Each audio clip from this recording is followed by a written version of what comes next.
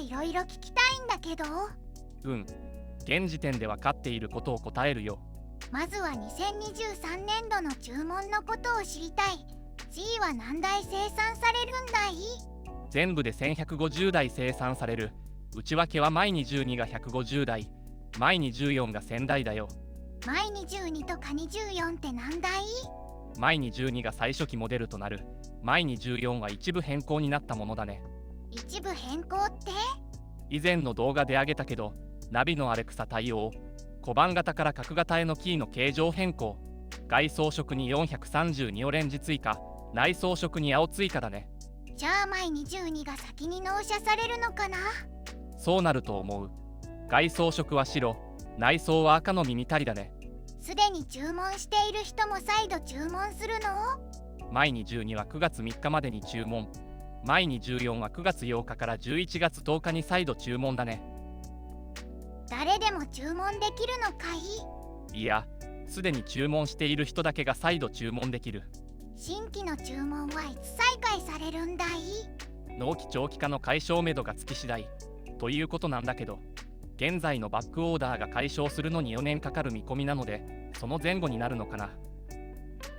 うちはニスモに申し込んだってことだけど、そっちはどうなるの？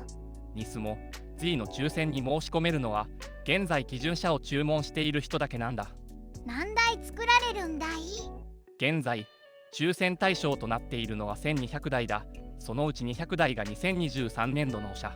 抽選申し込みが1200台にならなかったら新規注文の人が買えるの？いや、買えない。その場合ひとまず作るのは1200台以下になる。ただしニスモも基準車含めたバックオーダー解消のめどが立てば新規注文を受け付ける予定だ。ニスモに当たったら納車早くなるのかい？これはケースバイケースになるだろうね。どういうこと？ニスモの生産順は当選した人の中での基準車注文順になる。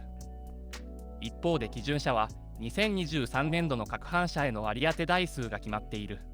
例えば M さんは Z 県の販社に発注していて、注文は4番で2023年のその販社への割り当てが3台だとする。基準車なら M さんの納車は2024年度になるね。ところがニスモに当選して2023年の200台に入っていたら2023年度納車という可能性が出てくる。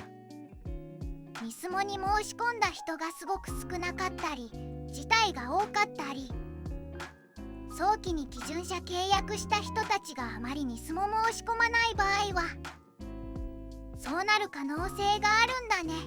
可能性は低そうだけどね。実際にどうなるかは抽選が終わってみないとわからないね。ニスモが2023年度に200台作られたら全体の生産台数は増えるのかい？いや、全体の台数は変わらない。マイ24、1000台のうちの200台がニスモになる。当選してもニスモ辞退できるのかい？辞退は可能だ。そうしたら繰り上げ当選はあるの？繰り上げ当選はない。辞退した人の基準車の順番はどうなるの？元の順番に戻れる。ニスモに落選したらどうなるの？9月8日から9月30日に意思確認がされて元の順番に戻れる。この場合の発注期間は10月6日から11月10日だ。一番知りたいのは MT が用意されているかなんだけど、どう？ MT は用意されていない。AT のみ。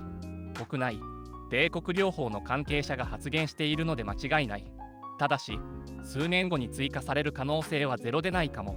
サーキットで速く走るのが目的の車なので個人的には MT は出ない気がする。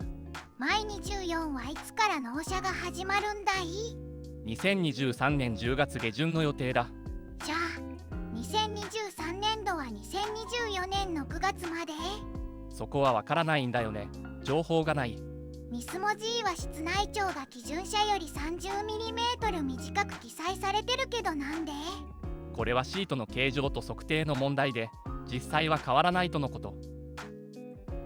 荷室の容量はどうなの？これも基準車と変わらない。サイズにもよるがバラしたロードバイクが積み込めるはずだ。あとトノカバーも使用可能だ。ニスモ Z は基準車よりホイールの幅が大きくなっても軽くしたり、努力はしているものの、追加のラジエーターなどでフロントヘビーに拍車がかかっている。早く納車されるといいね。ご視聴ありがとうございました。